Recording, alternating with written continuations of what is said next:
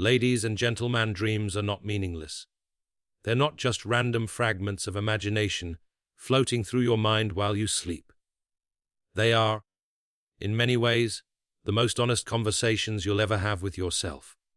When you dream, the conscious barriers that you build during the day, your defenses, your rationalizations, your distractions, fall away. What's left is the raw, unfiltered voice of the unconscious. And that part of you speaks in a language of images, symbols, and emotions. It doesn't use logic or direct explanations. It uses representation. It uses people, places, and sensations as metaphors for what's stirring beneath the surface of your awareness. When someone appears in your dream, your first instinct might be to assume it's about them. Something they've done, something you wish for, or something unresolved between you. But the truth runs much deeper.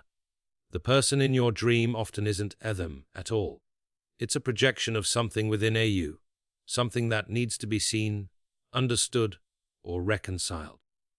The psyche borrows their image because your mind recognizes it, trusts it, and knows it will capture your attention. The unconscious is clever like that. It doesn't waste energy. It uses what's familiar to express what's hidden. Carl Jung once said that dreams are the bridge between the conscious and the unconscious. That bridge is fragile, but it's vital. Every dream is an attempt by your deeper self to restore balance, to show you something that your waking mind has ignored or denied. And so, the dream becomes a kind of message, a coded transmission. The question is not, why did I dream about this person? The question is, what part of myself is trying to speak through this image? If you dream of someone you love, perhaps that image represents warmth, connection, or a longing for unity within yourself. If you dream of someone who's hurt you, that might symbolize a wound that hasn't healed, or a shadow aspect of your personality that you've exiled into the dark. Every figure in a dream carries meaning, because every figure is a piece of your psychological puzzle.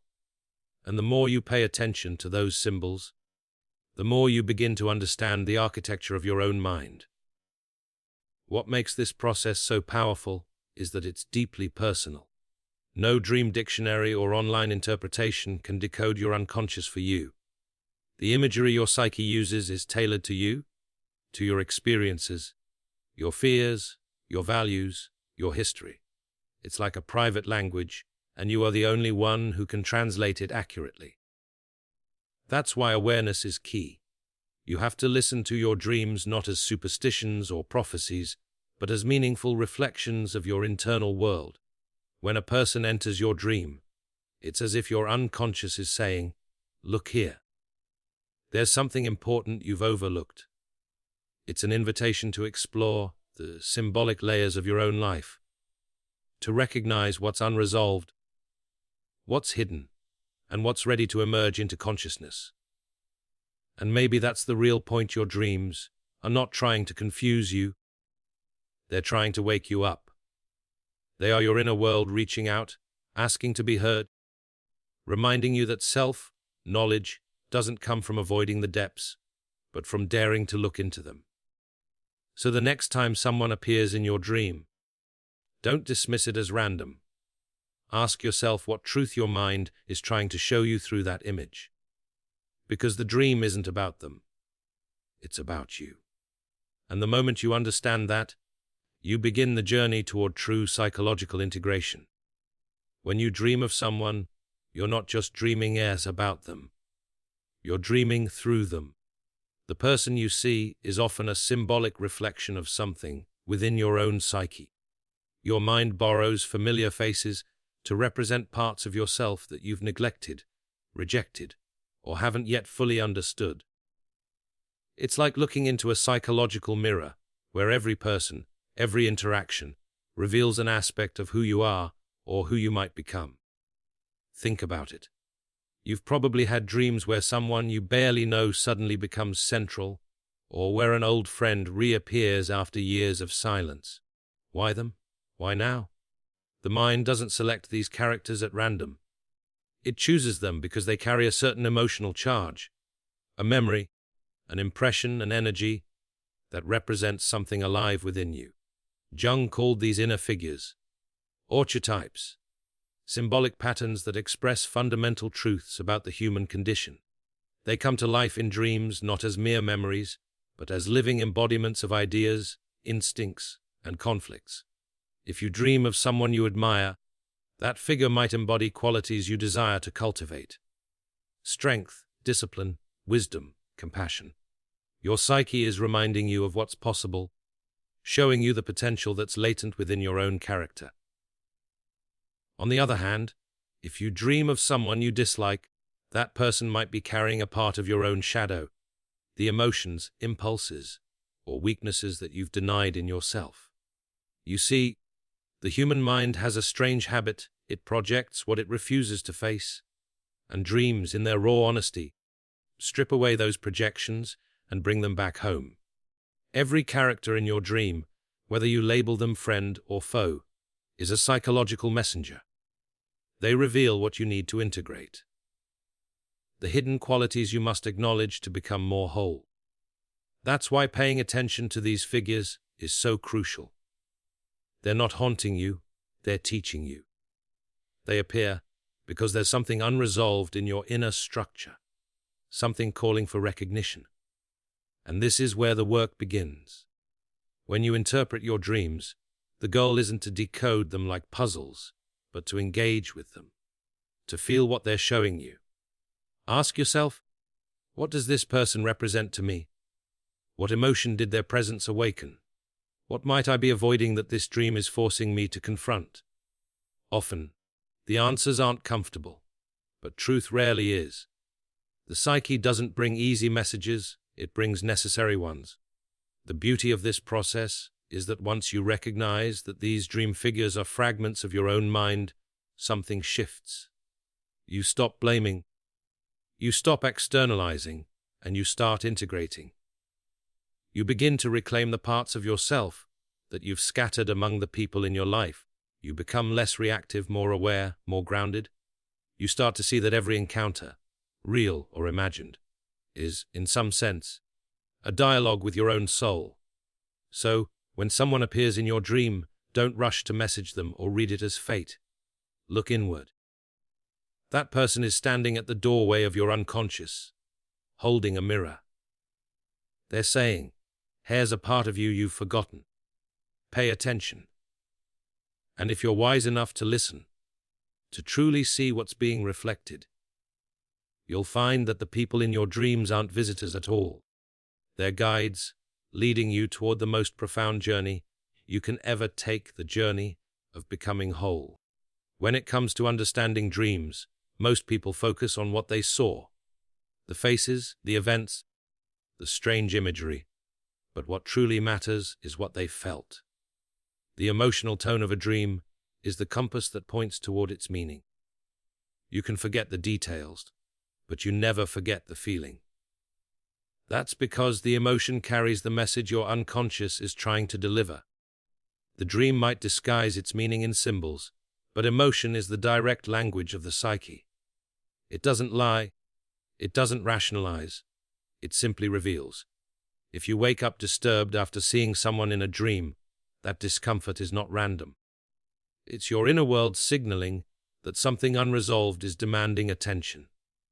Perhaps there's guilt, resentment, longing, or fear that your waking mind has been too proud or too afraid to acknowledge. On the other hand, if a dream leaves you with a sense of peace or clarity, it may be your unconscious showing you that reconciliation, even symbolic, has already begun. The person in the dream isn't as important as how they made you feel, because that emotional resonance exposes the true content of the dream. Your emotions are the bridge between your conscious and unconscious selves. They reveal where your beliefs, your memories, and your instincts collide. That's why ignoring your emotional reaction to a dream is like throwing away the key while trying to open a locked door.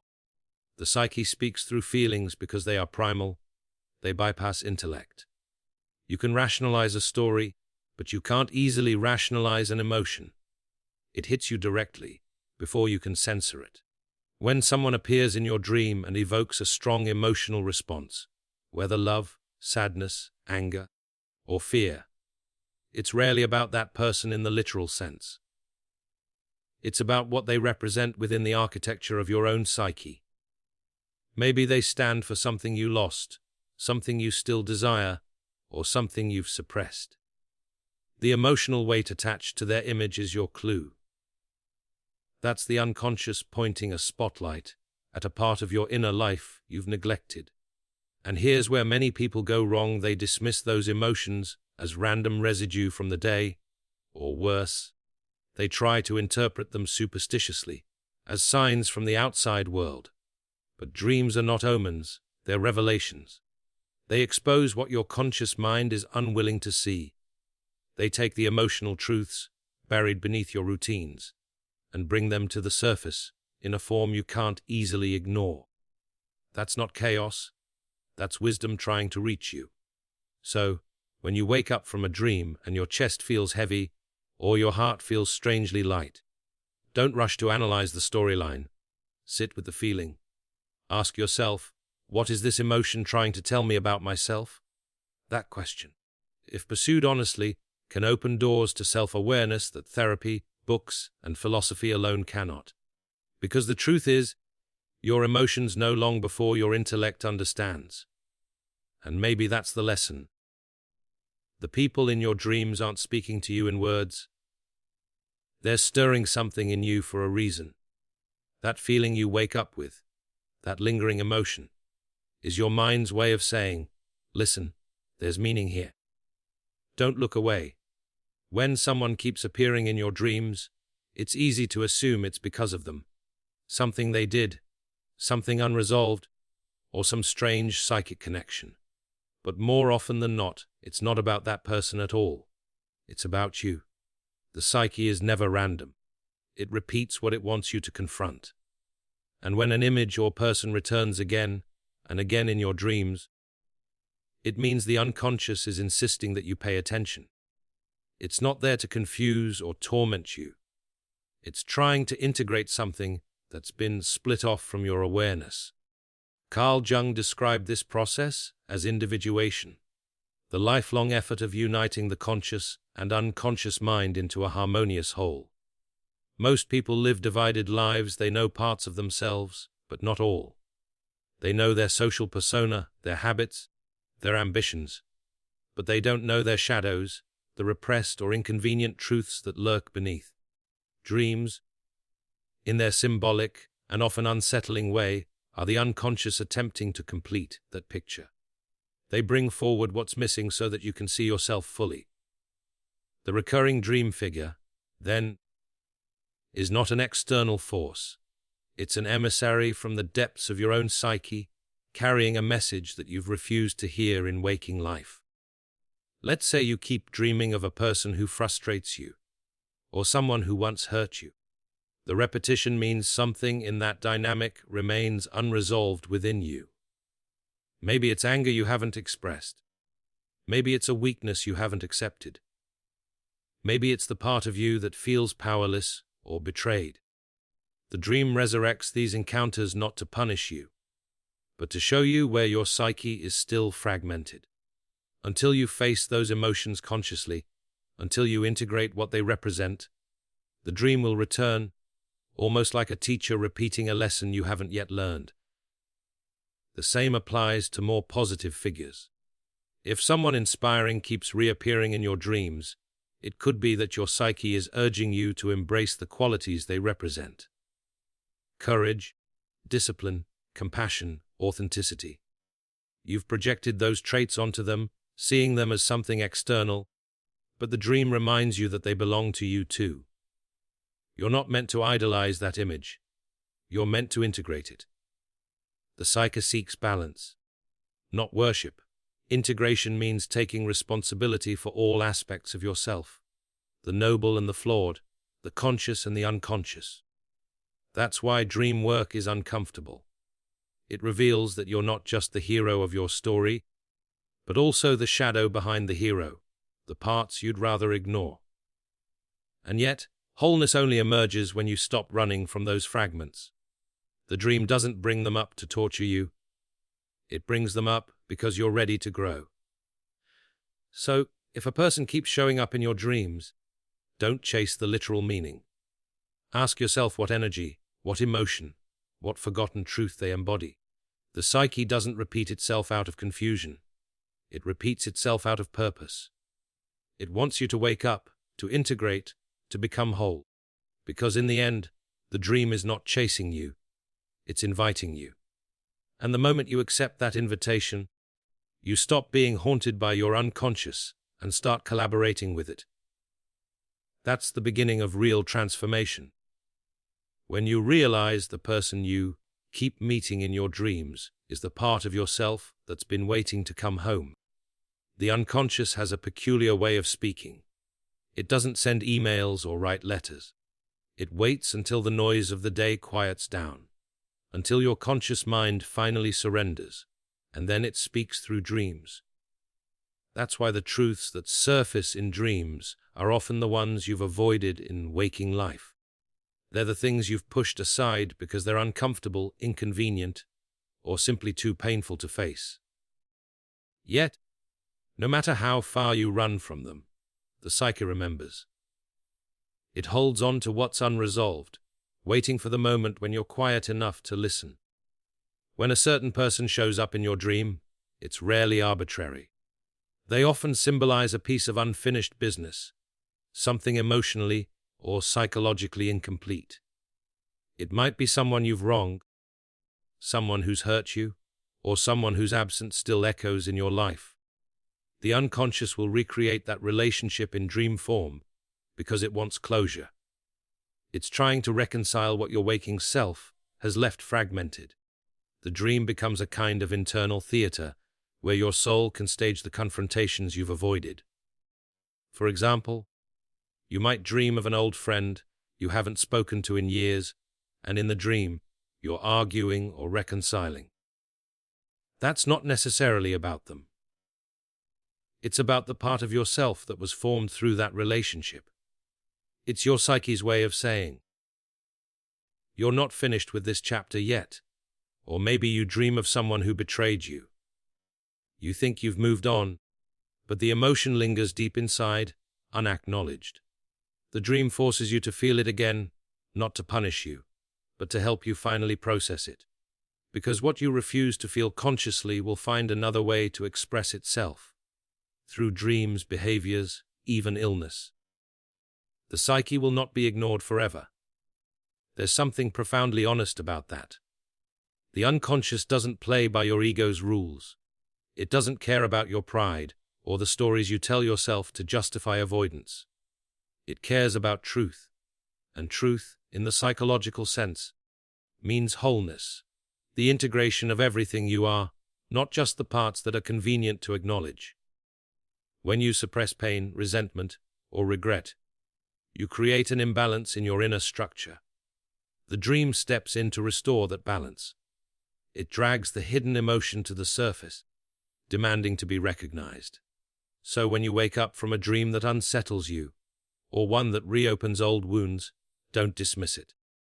That discomfort is meaningful. It's your psyche's way of urging you to bring awareness to what's been left in the dark. Pay attention to it. Reflect on what still feels incomplete. Because what the unconscious wants is not endless repetition. It wants resolution. The paradox of all this is that what you most avoid often holds the key to your freedom. The dream doesn't haunt you to make you suffer. It haunts you because something inside you wants to heal. And healing can only begin when you stop pretending that the past no longer matters. So when a person appears in your dream, don't ask why they've returned. Ask what within you is finally ready to be faced. Because the dream isn't reminding you of them. It's reminding you of yourself.